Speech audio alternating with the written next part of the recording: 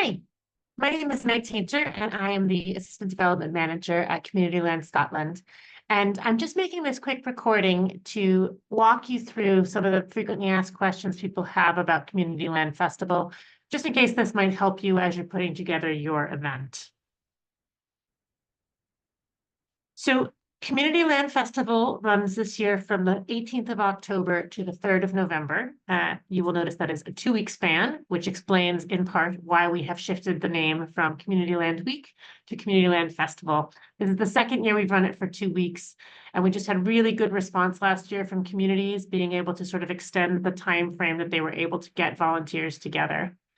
The festival itself is a decentralized celebration of community land ownership. So we at Community Land Scotland, we allocate bursaries and we provide national press coverage and we help support the promotion of your events, but the running of the events is entirely down to the communities themselves.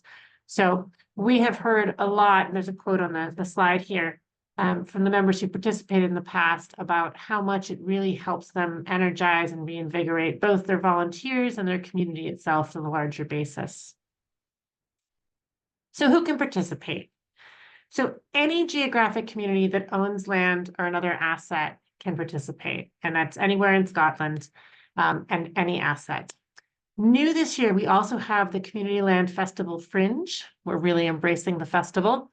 And this is a satellite series that's going to be taking place that's for pre-acquisition groups. So groups that are on their community ownership journey, but don't yet own a land, a building, or another asset.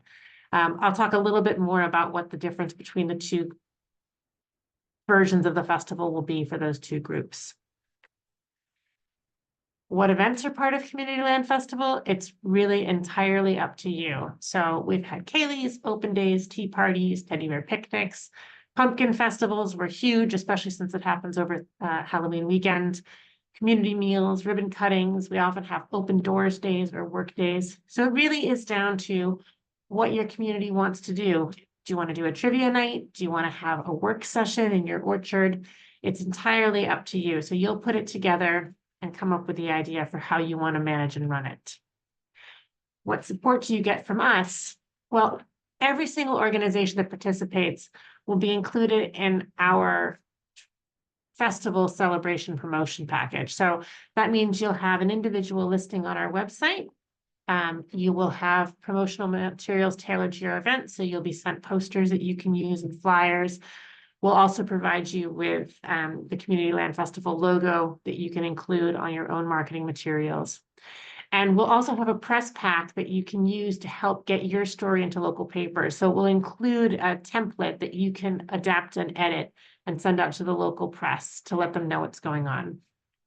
Additionally, we can provide 30 300-pound bursaries for communities, which will help contribute to the costs of running your events. Now, we don't need to see site of receipt for these. These are bursaries that will pay upfront. They pay for your costs. When you're putting together your event, part of the application process in the open call form is going to be asking if you need a bursary and then telling us why you need it. So it might just be worth considering as you're putting together your event, what that money would be used for.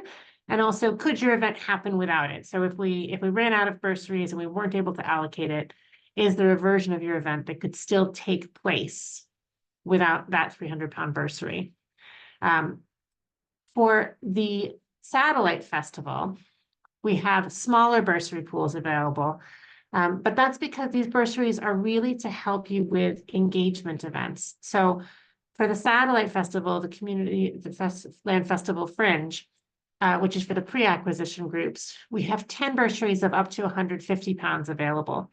And for the Fringe, we're really hoping that communities will think about this as a way of linking themselves into a national movement of community landowners and using that as a way of helping to engage and inspire their community about your own community land ownership project. So part of what you'll be doing as part of that festival is you'll be attending a session with us at Community Land Scotland about how to run a good community engagement event. And we'll also help you think through some of your ideas and support those ideas. And then the bursary for that goes to support the costs of your community engagement events.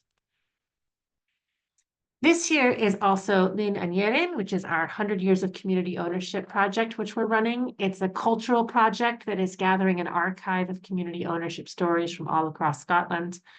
And so we're offering and asking communities that are participating this year to pick one of 3 activities, or more than one, but at least one activity that you'll include as part of your Community Land Festival celebration. So there's more information about this on the website, and you can read through it in detail. But essentially the options are, option 1 is a love letter to place.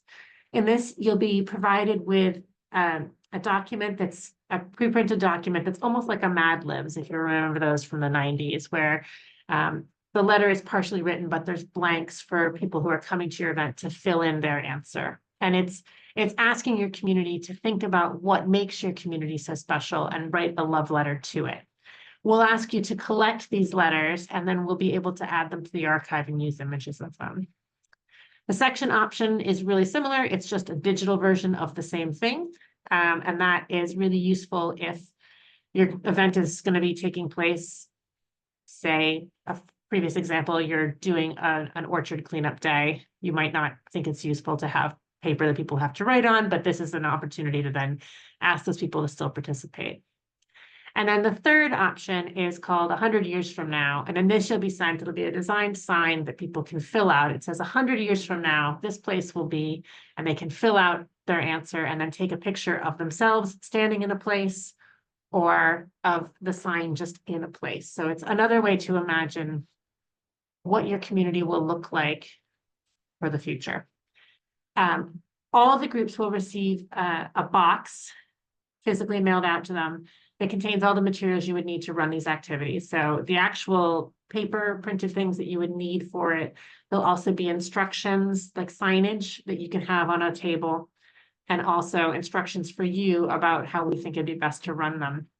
This is the first time we're doing it. It's a little bit of an experiment, but we're really excited about it. And we really hope that you'll embrace it because we think there can be really some special outcomes from it.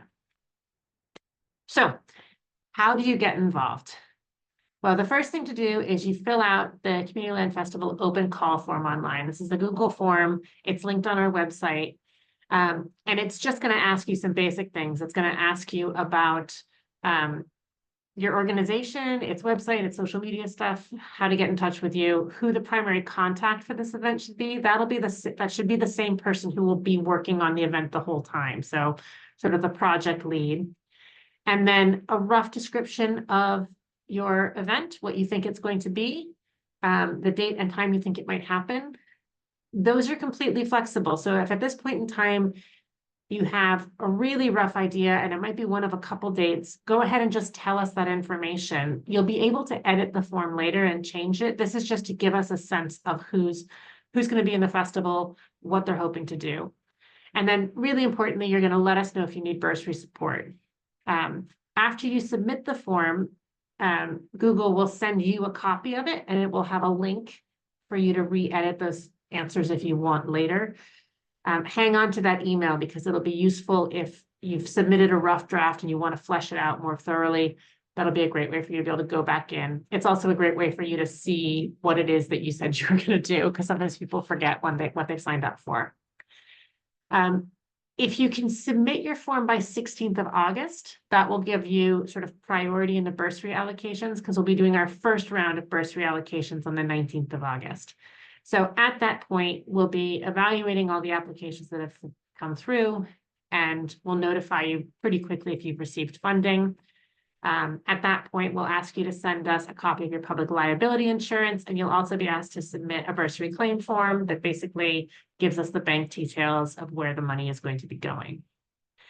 If you didn't get your application in by the 16th, the odds are very good that there'll still be bursaries available. So do still send in your application.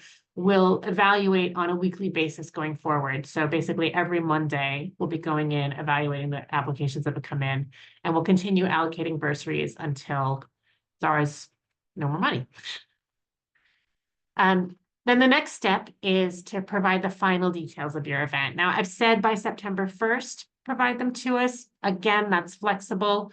The earlier you can get the details to us, the earlier we can get your event live on our website. We can start getting you included in some of the promotion that's going to be happening, and we can also get your posters printed and your festival pack mailed out to you.